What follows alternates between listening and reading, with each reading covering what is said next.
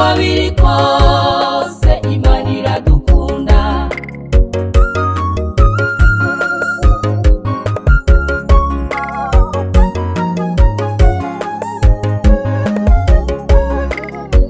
Niwumve nawe kumara uyu mwaka ukiri muzima, niwoshima Imana. Ibuka nawe ibihe waciyemo ntivyari vyoroshe, ariko yagukizije.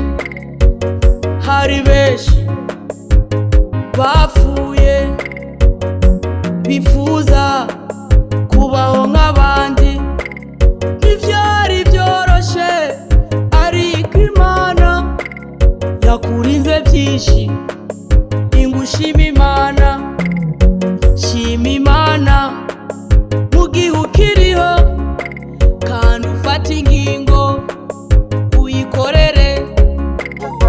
Dushima Imana, dushima Imana, uko biri kose Imana iradukunda.